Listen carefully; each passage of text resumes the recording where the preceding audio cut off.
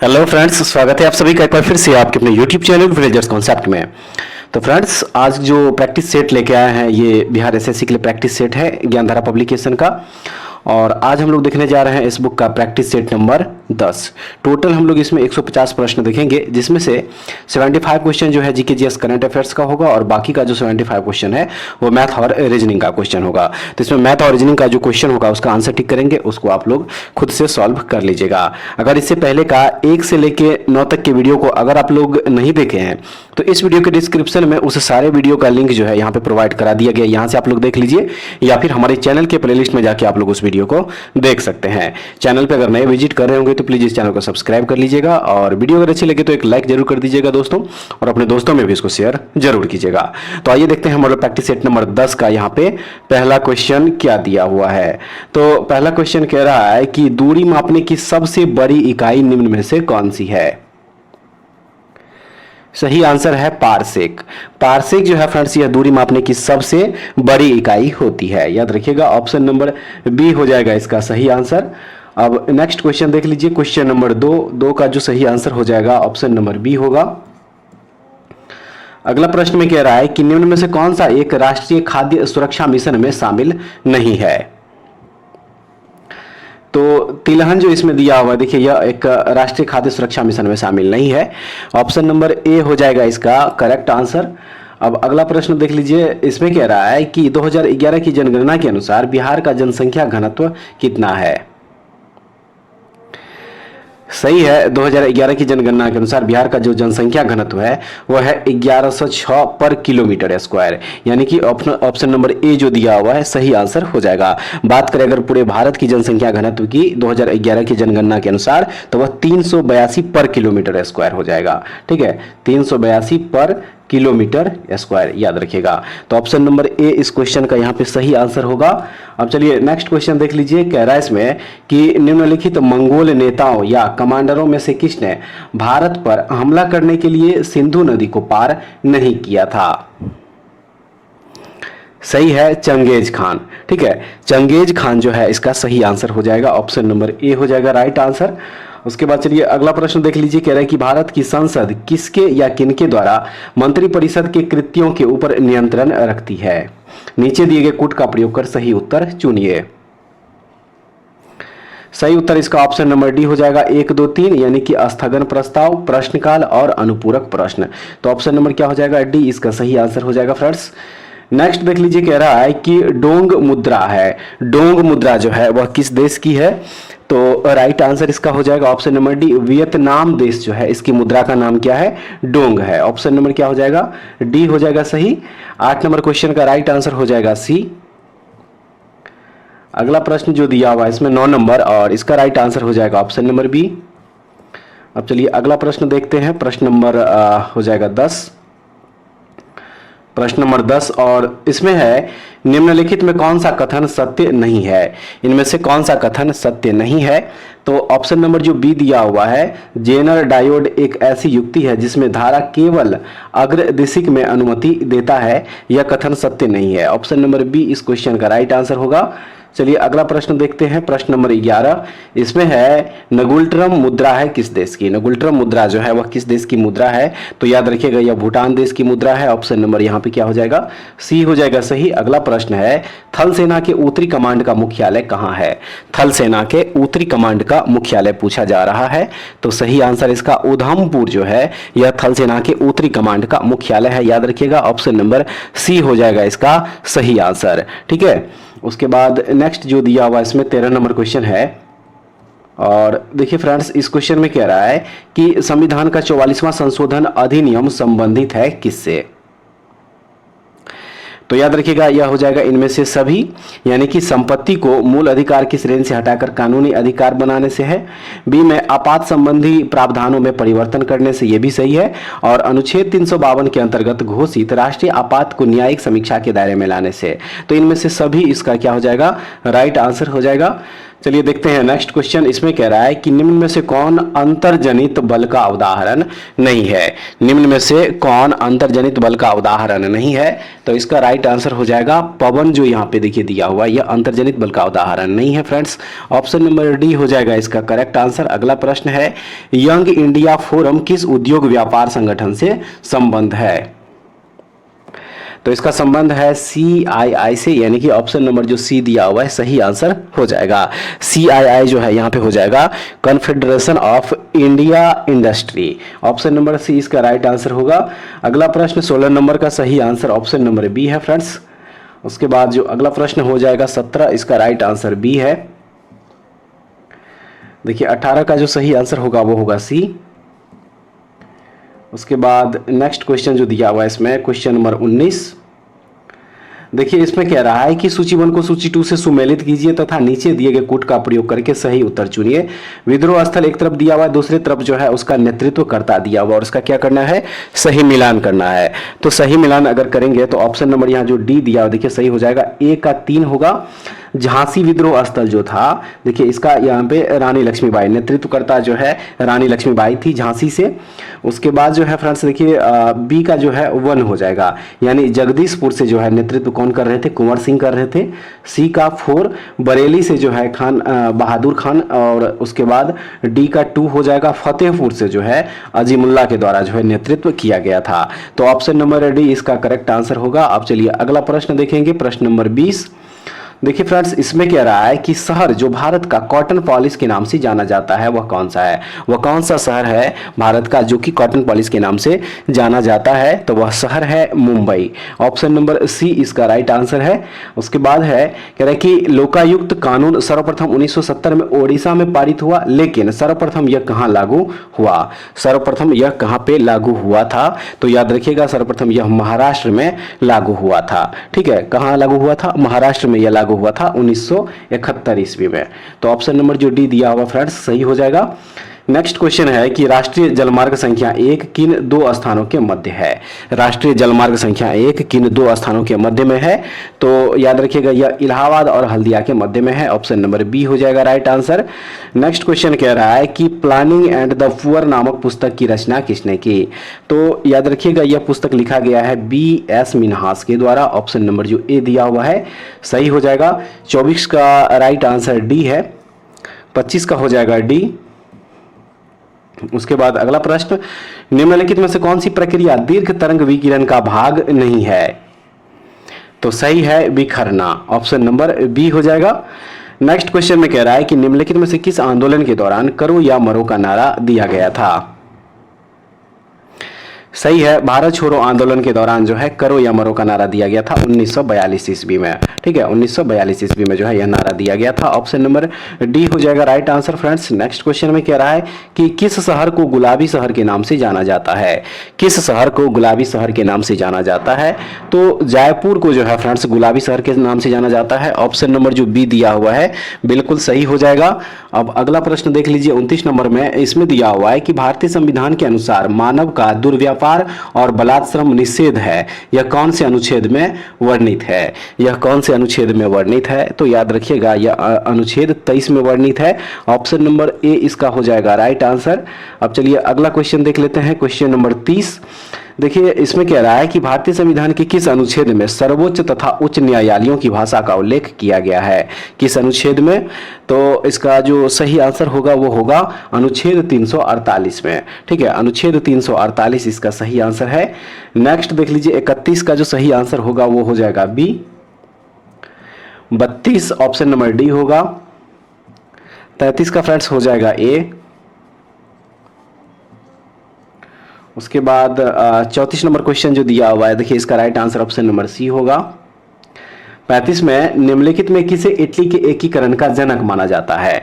निम्नलिखित में किसे इटली के एकीकरण का जनक माना जाता है, तो राइट आंसर है जोसेफ मैज़ीनी को जो है इटली के एकीकरण का जनक के रूप में जाना जाता है। ऑप्शन नंबर डी हो जाएगा सही आंसर। नेक्स्ट क्वेश्चन, बिहार दिवस मनाया जाता है। बिहार दिवस कब मनाया जाता है, तो याद रखिएगा प्रत्येक वर्ष 22 मार्च को बिहार दिवस के रूप में मनाया जाता है फ्रेंड्स। ऑप्शन नंबर सी इसका करेक्ट आंसर हो जाएगा।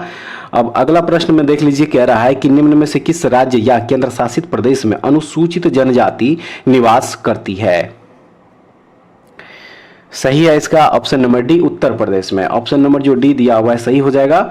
अगला प्रश्न 38 नंबर, इसका सही आंसर ऑप्शन नंबर सी है। 39 का राइट आंसर हो जाएगा बी। उसके बाद नेक्स्ट क्वेश्चन में यहां पे दिया हुआ है कि कोई वस्तु एक तरल में तैरेगी या डूबेगी, यह निम्न में से किस पर निर्भर करता है? सही है, वस्तु और तरल के घनत्व में अंतर पर यह निर्भर करता है। याद रखिएगा ऑप्शन नंबर जो सी दिया हुआ है बिल्कुल सही हो जाएगा। अब नेक्स्ट क्वेश्चन देख लीजिए। क्वेश्चन नंबर 41 में कह रहा है कि राजस्व में रैयतवारी प्रयोग का प्रारंभ किसके द्वारा किया गया? तो यह किया गया अलेक्जेंडर रीड के द्वारा। बी हो जाएगा इसका राइट आंसर फ्रेंड्स। अगला प्रश्न में कह रहा है विश्वेश्वरैया लौह एवं इस्पात लिमिटेड किस राज्य में स्थित है? सही आंसर इसका कर्नाटक राज्य में स्थित है ये। ठीक है, किस राज्य में स्थित है? तो यह कर्नाटक राज्य में स्थित है। ऑप्शन नंबर डी इसका सही हो जाएगा। अब चलिए अगला प्रश्न कह रहा है कि विद्युत मोटर में क्या होता है? तो सही है इसका ऑप्शन नंबर सी, विद्युत ऊर्जा को यांत्रिक ऊर्जा में बदला जाता है। ठीक है, विद्युत ऊर्जा में क्या होता है? तो माफ कीजिएगा, विद्युत मोटर में क्या होता है? तो विद्युत ऊर्जा को यांत्रिक ऊर्जा में बदला जाता है। ऑप्शन नंबर सी इसका राइट आंसर है। नेक्स्ट क्वेश्चन जो दिया हुआ है इसमें क्वेश्चन नंबर हो जाएगा 44 और 44 का सही आंसर ऑप्शन नंबर बी होगा। उसके बाद चलिए अब अगला प्रश्न देखते हैं। प्रश्न नंबर 45 का सही आंसर बी है। 46 का डी हो जाएगा। नेक्स्ट कह रहा है कि सीरेंडिपिटी का संबंध किससे है? सीरेंडिपिटी का संबंध किससे है? तो याद रखिएगा इसका संबंध जो है अचानक हो जाने वाली खोजों से। ऑप्शन नंबर ए जो है इसका बिल्कुल राइट आंसर होगा। 48 का सही आंसर हो जाएगा सी। 49 में दिया हुआ है कि अकबर द्वारा 1567 से 68 ईस्वी में चित्तौड़ पर आक्रमण के समय मेवाड़ का शासक कौन था? तो याद रखिएगा उस समय मेवाड़ के शासक राणा उदय सिंह थे। ऑप्शन नंबर जो बी दिया हुआ है बिल्कुल सही आंसर होगा। अगला प्रश्न में कह रहा है कि सांची स्तूप मूल रूप से किस मौर्य शासक ने बनवाया था? तो यह महान अशोक के द्वारा बनवाया गया था। ऑप्शन नंबर सी हो जाएगा। अगला प्रश्न है कि भारत की प्रथम महिला राष्ट्रपति कौन बनी?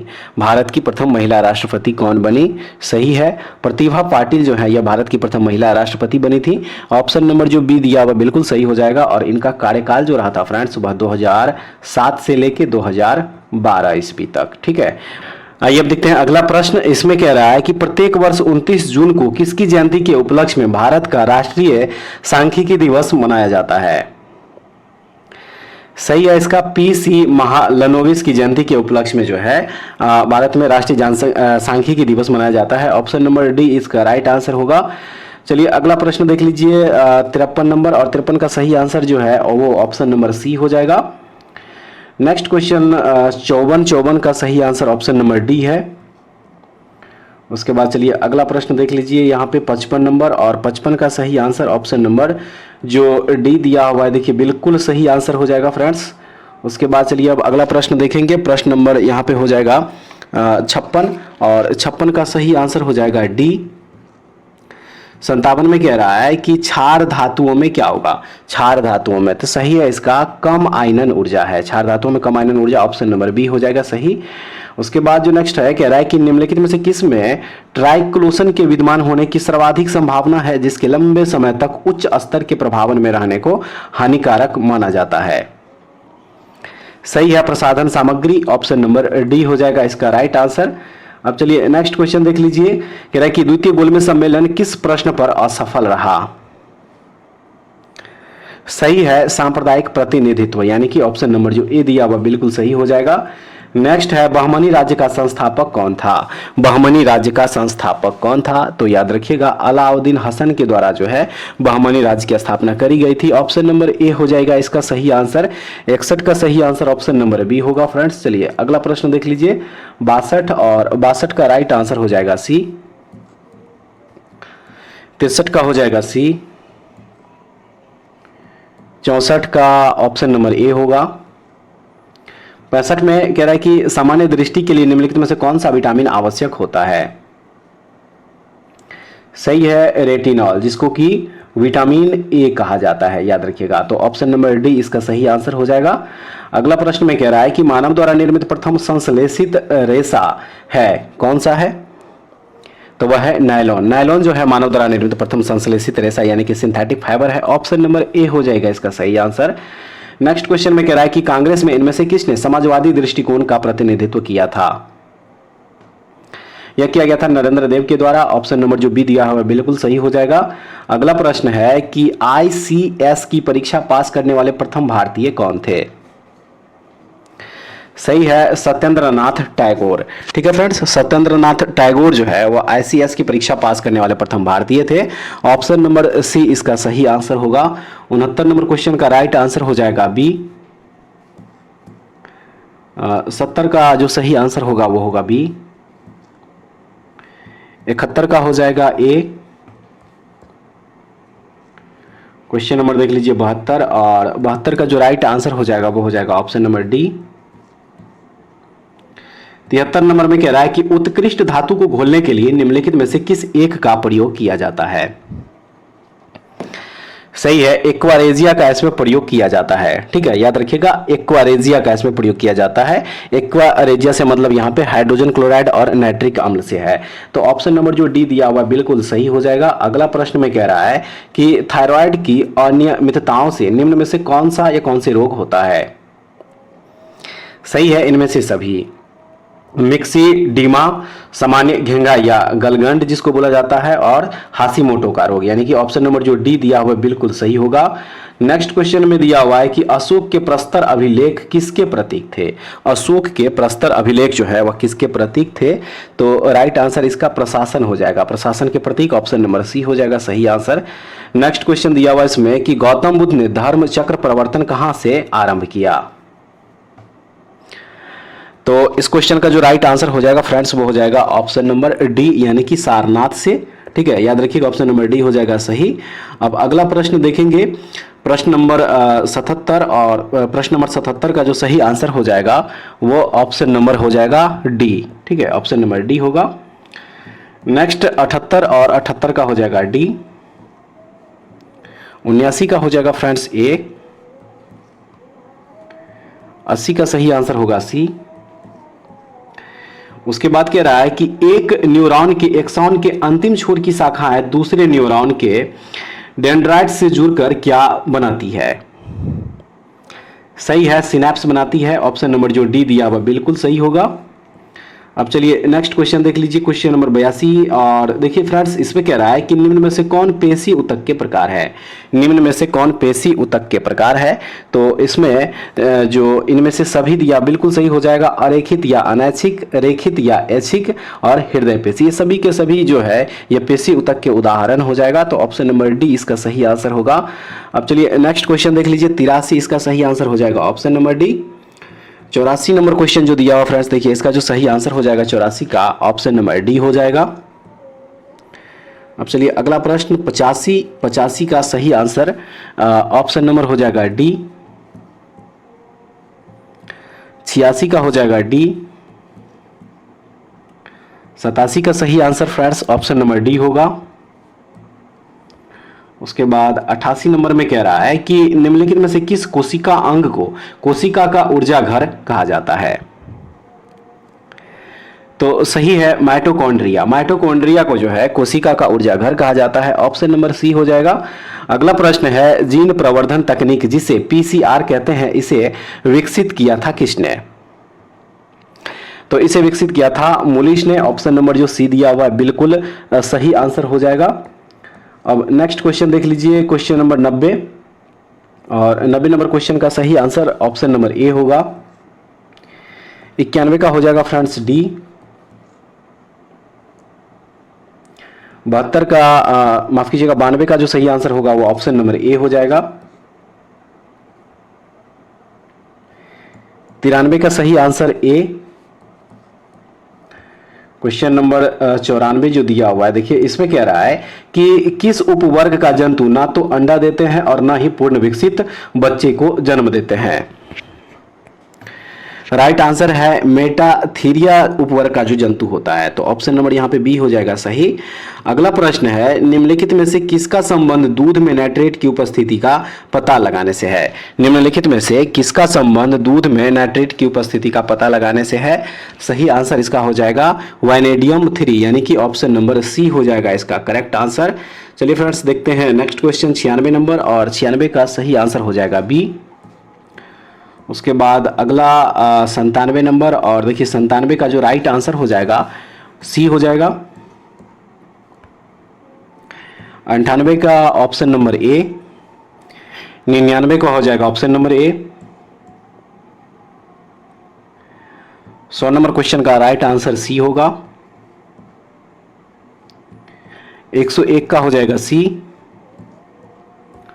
उसके बाद अगला प्रश्न यहाँ पे देख लीजिए 102 नंबर, और 102 नंबर प्रश्न का सही आंसर ऑप्शन नंबर सी है। 103 का हो जाएगा सी। 104 का सी। 105 का ए। 106 का सही आंसर सी होगा। 107 का डी। 108 का डी। 109 का हो जाएगा ए। उसके बाद यहाँ पे प्रश्न नंबर जो 110 दिया हुआ, देखिए इसका सही आंसर हो जाएगा 110 का सी। 111 का फ्रेंड्स सी होगा। 112 का हो जाएगा सी। क्वेश्चन नंबर 113 का जो राइट आंसर होगा वो ऑप्शन नंबर डी होगा। 114 का हो जाएगा डी। प्रश्न नंबर 115 जो दिया हुआ है, देखिए 115 का सही आंसर ऑप्शन नंबर बी होगा। 116 का राइट आंसर बी। 117 का बी। 118 का बी।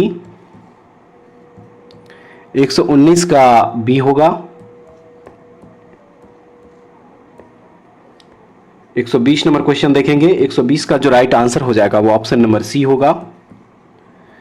121 नंबर क्वेश्चन का बी। 122 का हो जाएगा बी। 123 का राइट आंसर डी होगा। 124 का सही आंसर ऑप्शन नंबर ए। 125 का सी। 126 का हो जाएगा डी। 127 का डी। 128 का ए। उसके बाद जो नेक्स्ट क्वेश्चन यहां पे दिया हुआ है, देखिए कह रहा है कि बिम्स्टेक एनर्जी सेंटर किस देश में स्थापित किया जाएगा? बिम्स्टेक एनर्जी सेंटर किस देश में स्थापित किया जाएगा? तो सही आंसर है इसका भारत में। ठीक है, कहां पे स्थापित किया जाएगा? भारत में स्थापित किया जाएगा। ठीक है, तो ऑप्शन नंबर बी इसका राइट आंसर होगा। चलिए नेक्स्ट क्वेश्चन देखते हैं। क्वेश्चन नंबर हो जाएगा 130 में कह रहा है कि हाल ही में किस शहर के पास 1000 साल पुरानी जैन मूर्तियां मिली है? तो यह मिली है हैदराबाद के पास, ऑप्शन नंबर सी हो जाएगा। अगला प्रश्न में कह रहा है कि निम्नलिखित में से किस सिख गुरु ने गुरुमुखी लिपि की शुरुआत की? तो यह किया गया था गुरु अंगद देव के द्वारा, ऑप्शन नंबर ए इसका राइट आंसर है। अगला प्रश्न, विश्व कैंसर दिवस प्रतिवर्ष कब मनाया जाता है? सही है, 4 फरवरी को। प्रतिवर्ष 4 फरवरी को विश्व कैंसर दिवस मनाया जाता है, तो ऑप्शन नंबर सी हो जाएगा इसका करेक्ट आंसर। नेक्स्ट दिया हुआ है, खेलो इंडिया यूथ गेम्स 2023 में किस राज्य ने सबसे ज्यादा मेडल जीते हैं? तो सही है इसका ऑप्शन नंबर ए, महाराष्ट्र जो है इसका करेक्ट आंसर हो जाएगा। ठीक है, महाराष्ट्र इसमें टोटल 161 पदक जीता था, तो ऑप्शन नंबर ए इसका हो जाएगा करेक्ट आंसर। 134 का सही आंसर हो जाएगा ऑप्शन नंबर ए। 135 में कह रहा है कि हाल ही में UIDAI द्वारा जारी नए AI चैटबॉट का नाम क्या है? सही है, इसका नाम है आधार मित्र, ऑप्शन नंबर जो ए दिया हुआ है बिल्कुल सही हो जाएगा। अब चलिए नेक्स्ट क्वेश्चन देख लीजिए। क्वेश्चन नंबर 136 दिया हुआ है, और इसमें कह रहा है कि उत्तर भारत का पहला न्यूक्लियर पावर प्लांट किस राज्य में स्थापित किया जा रहा है?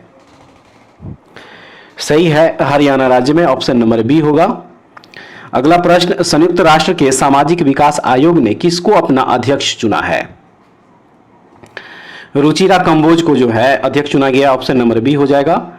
नेक्स्ट क्वेश्चन में है कि भारत की पहली semi high speed regional rail service को क्या नाम दिया गया है? तो इसे रैपिड एक्स नाम दिया गया है फ्रेंड्स। ऑप्शन नंबर डी हो जाएगा सही। 139 का सही आंसर होगा बी। 140 में अरब सागर में उठे बिपरजॉय साइक्लोन का नामकरण किस देश के द्वारा किया गया? तो याद रखिएगा बांग्लादेश के द्वारा जो है इसका नाम बिपरजॉय किया गया था। सी इसका बिल्कुल करेक्ट आंसर होगा। देखेंगे 141 नंबर क्वेश्चन, और इसमें देखिए कह रहा है कि किस देश ने दुनिया की सबसे शक्तिशाली हाइपरसोनिक पवन सुरंग का अनावरण किया? तो यह किया गया है चीन के द्वारा। ऑप्शन नंबर डी हो जाएगा। अगला प्रश्न है फ्रेंच ओपन 2023 के पुरुष एकल फाइनल का खिताब किसने जीता है? तो यह जीता है नोवाक जोकोविच। सर्बियाई खिलाड़ी नोवाक जोकोविच जीता। ऑप्शन नंबर ए हो जाएगा बिल्कुल सही। 143 का right answer option number C होगा। 144 नंबर क्वेश्चन जो दिया हुआ है देखिए कह रहा है हाल ही में पुलित्जर पुरस्कार विजेता कॉमैक मैकार्थी का 89 वर्ष की आयु में निधन हो गया। वह एक प्रसिद्ध थे। वह एक क्या प्रसिद्ध थे? तो सही है इसका, वह एक प्रसिद्ध लेखक थे। ऑप्शन नंबर डी हो जाएगा सही। अगला प्रश्न में कह रहा है कि हाल ही में टीसीएस के सीईओ के रूप में किसने कार्यभार संभाला है?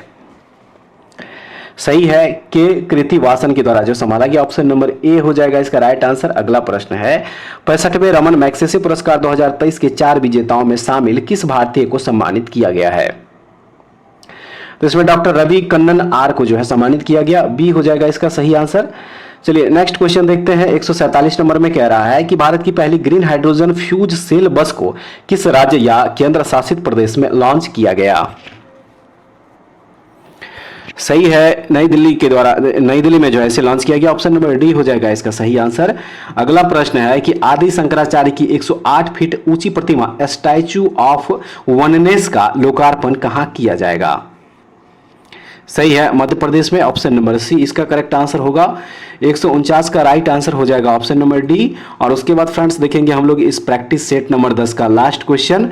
कह रहा है कि 132वें डुरंड कप 2023 की विजेता टीम कौन सी है?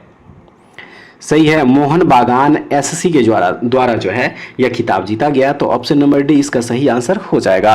तो फ्रेंड्स ये था practice set number 10 Bihar SSC के लिए ज्ञान बिंदु जीएस एकेडमी पटना के द्वारा जो ये बुक लॉन्च किया गया है, जिसमें कि टोटल 15 मॉडल प्रैक्टिस सेट दिया हुआ। और आज के सेशन में हम लोग इसका 10वां मॉडल प्रैक्टिस सेट जो है टोटल कवर कर लिए। 150 प्रश्न इसमें हम लोग देखे हैं। फ्रेंड्स उम्मीद करते हैं कि ये प्रैक्टिस सेट भी आप लोगों के लिए काफी महत्वपूर्ण साबित होगा। और एक बार कमेंट्स करके आप लोग जरूर बताइएगा कि इसका जो क्वेश्चन का लेवल था वो किस टाइप का था, और आप लोग इसमें से टोटल कितना क्वेश्चन सही कर पाए। अगर आप लोगों को इसका रिवीजन करना है तो इसका पीडीएफ हमारे टेलीग्राम चैनल पे अपलोड कर दिया गया है, वहां से आप लोग देख लीजिए। ठीक है, तो ऐसे ही वीडियो पाने के लिए हमारे चैनल से जुड़े रहिए। नेक्स्ट वीडियो में नए सेट के साथ दोबारा फिर से मिलते हैं। तब तक के लिए जय हिंद।